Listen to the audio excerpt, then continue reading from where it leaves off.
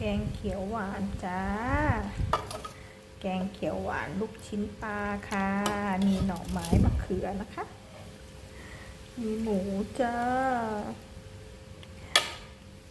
ทานกับขนมจีนจ้าใครมีข้าวสวยร้อนๆก็ตักมาทานด้วยกันเลยนะคะขนมจีนหม้อใหญ่ๆจ้า